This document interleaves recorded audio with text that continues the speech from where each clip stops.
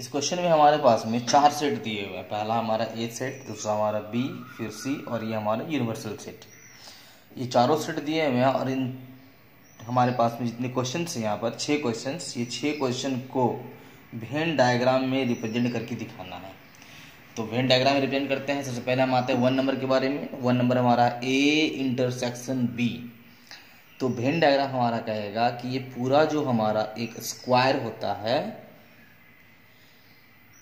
Square या तो ये रेक्टेंगल जो हमारा होगा, ये पूरा यूनिवर्सल सेट होता है। और ये हमारा एक सेट ए हो गया और दूसरा सेट हमारा ये बी हो गया।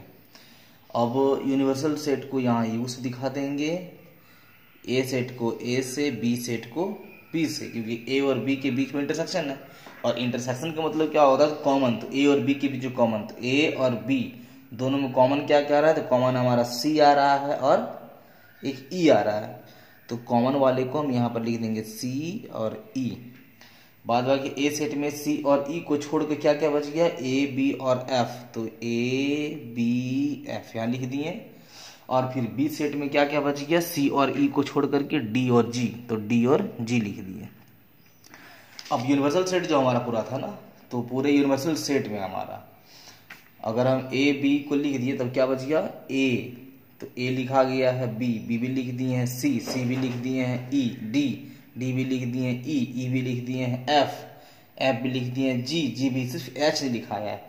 तो यूनिवर्सल सेट में केवल यहाँ एच बच जाएगा। ये हमारा हो गया 1 नंबर। अब इसमें हम लोग ना A union B intersection C को देखेंगे। तो पहले हम देखते हैं कि बी इंटरसेक्शन सी यानी बी और सी के बीच में। तो सबसे पहले हमारा डायग्राम ये हो जाएगा, ये बी हो जाएगा और ये हमारा सी हो जाएगा। बी और सी दोनों के बीच में कॉमन हम देखेंगे तो क्या क्या आएगा? तो हमारा पहला सी आएगा और सी के बाद में फिर हमारा जी आएगा। ये कॉमन हो गया हमारा। अब ये जो है ना बी इंटरसेक्शन सी ही सिर्फ दिखाना है। अब इसको ए के साथ यूनियन में दिखाना है।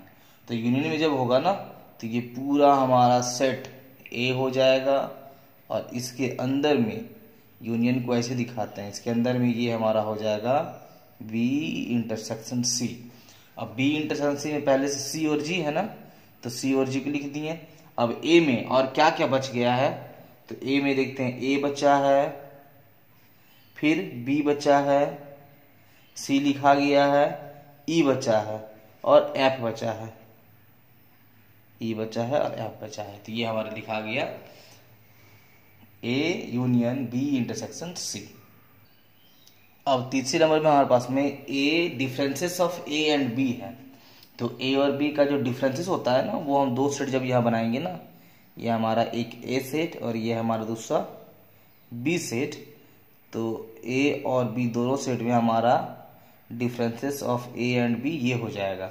मतलब कि ए सेट में से ए सेट को देखना है और बी वाले जितने भी एलिमेंट ए में होंगे उसे रिमूव करना है।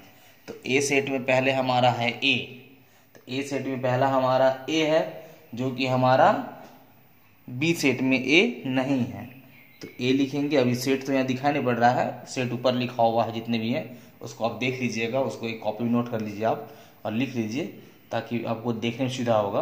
तो ए सेट में हमारा ए है लेकिन बी सेट में ए हमारा नहीं है, तो ए लिख दिए।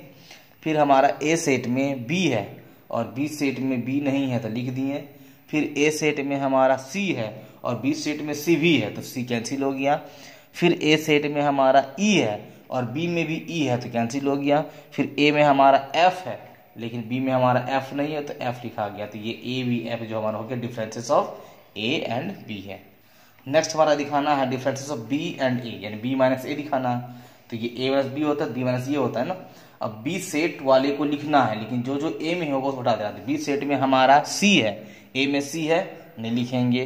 बी सेट में हमारा डी है, ए में डी नहीं है, लिख देंगे। फिर बी सेट में हमारा ई है, ए में ई है, नहीं लिखेंगे। फिर बी सेट में हमारा जी है, ए में जी नहीं है, यानी कि लिख देंगे। तो ये इस तरह से हमारा ये बन गया।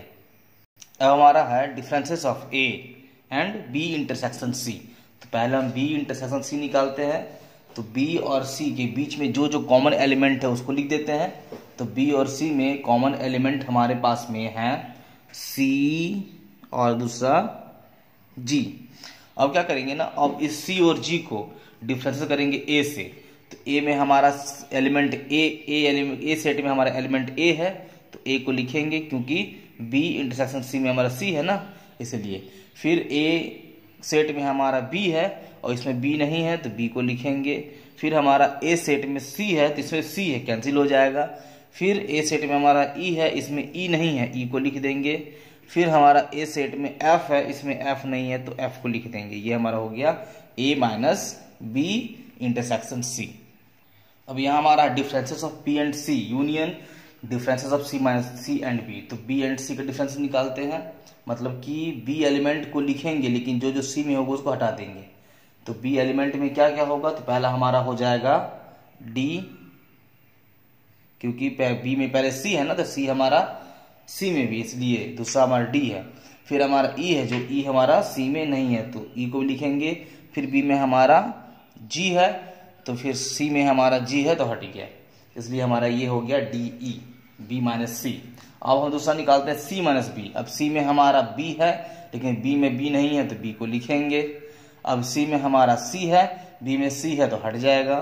अब सी में हमारा बी में हमारा सी में हमारा एफ है, तो हमारा बी में एफ नहीं है तो एफ को लिखेंगे। और फिर सी सेट में हमारा जी है और बी सेट में भी जी है तो जी को नहीं लिखेंगे। अब ये हमारा दो के बीच में हमको बनाना है क्या, तो यूनियन। तो यूनियन में क्या करेंगे ना कि डी ई, मतलब डिफरेंसेस ऑफ बी एंड सी में है, ये बाहर वाले में डी और ई है, तो बाहर वाले में हम दिखा देंगे डी और ई, बाद बाकी जो हमारे इसमें है ना ये बी और एफ को यहाँ दिखा देंगे। इस तरह से ये हमारा बन गया कि differences of B and C union differences of C and B.